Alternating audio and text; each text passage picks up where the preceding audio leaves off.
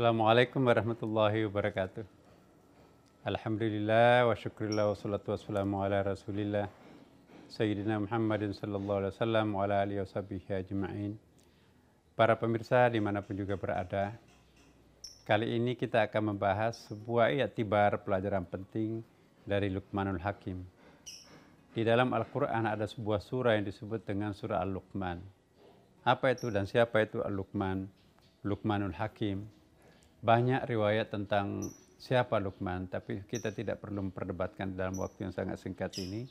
Tapi poin yang saya ingin garis bawahi di sini, bahwa Luqmanul Hakim itu seorang laki-laki, single parent, tapi mampu melahirkan atau mampu menghasilkan anak yang cerdas dan berakidah yang baik dan betul-betul sangat soleh. Nah, banyak sekali cerita-cerita tentang Luqmanul Hakim atau surah Luqman di dalam Al-Quran itu. Ya, apa larangan-larangannya, apa perintah-perintahnya Luqman terhadap anaknya, itu penting untuk kita semuanya. Pelajaran yang kedua yang perlu kita catat dari Luqmanul Hakim, bahwa mengasuh anak itu bukan hanya domainnya perempuan atau ibu.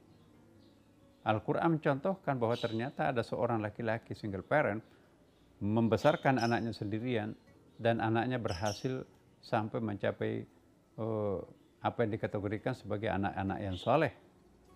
Jadi para pemirsa, ada suatu kisah yang menarik dari Luqman.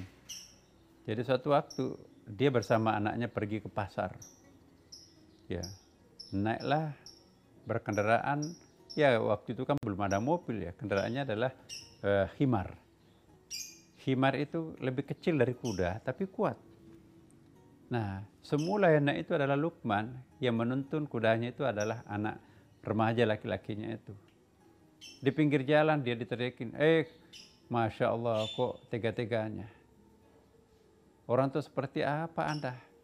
Masa anakmu kamu biarkan berjalan menuntun himarmu, kamu sendiri enak-enak naik himar. Akhirnya Luqman turun. Ayo ganti anak kamu yang naik. Akhirnya Luqman yang menarik kudanya kan. Begitu anaknya Luqman naik, Luqmannya yang menarik kudanya atau menarik himarnya. Diteriakin lagi sama masyarakat, kamu itu nggak manusiawi. Bagaimana caranya kamu mendidik anak seperti itu, terlalu memanjakan anak? Masa anakmu yang naik himar, kamu sendiri yang jalan kaki padahal sudah tua? Ya. Akhirnya, nak turun. Kita sama-sama jalan kaki. Jadi dua-duanya, anak dan orang tua jalan bersama dengan himarnya. Apa yang terjadi? Di pinggir jalan diteriakin orang. Mas, Pak, kok kenapa kamu bodoh banget? Kamu berjalan padahal ada himar. Untuk apa himar itu? Untuk tidak dikendarai, ya kan? Ya, masa dua-duanya kamu berjalan kaki? Lalu apa yang terjadi? Dua-duanya naik di himar. Dua-duanya naik. Bapaknya di depan, dibonceng belakang, itu anaknya. Diteriakin lagi masyarakat. Masya Allah, kamu tidak punya peri kebenatangan ya? Masa himar yang kecil begitu dinaiki dua orang? Ya Allah, ini kearifan apa yang kamu miliki seperti itu? Coba, para pemirsa, kisah dari Luqman ini pelajaran buat kita semuanya. Coba kita lihat. Sendirian anaknya salah. Sendirian bapaknya salah. Dua-duanya turun, salah. Dua-duanya naik, salah. Nah, sekarang siapa yang benar? Jadi para pemirsa, mari kita melihat kisah Luqman ini dalam perspektif kekinian. Jadi kita tidak boleh memaksakan kehendak kita bahwa kita yang paling benar, sebab ternyata masyarakat lain juga ada yang beranggapan berbeda dengan kita. Nah, inilah hikmahnya mengapa Al-Quran menampilkan sosok figur seperti Luqman. Luqman bukan seorang nabi, tapi adalah seorang anak yang soleh. Ini juga pertanda bahwa tidak mesti seorang itu menjadi nabi untuk bisa menjadi panutan dalam masyarakat. Ya, Luqman itu menjadi panutan karena berhasil membesarkan anaknya tanpa ibunya, entah ibunya kemana, dalam keadaan berhasil menciptakan anak yang soleh. Nah, tahan terhadap ujian masyarakat di sekitarnya.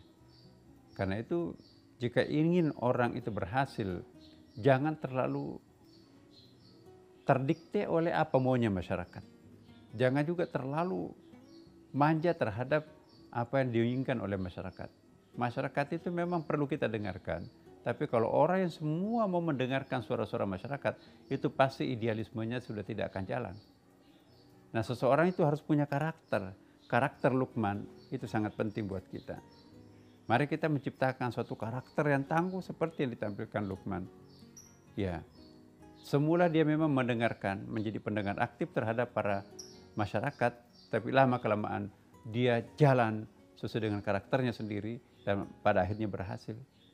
Nah, semoga kita semuanya insya Allah tangguh di atas karakter yang kita bangun sendiri, yang penting tidak merugikan masyarakat dan tidak merugikan diri sendiri dan keluarga.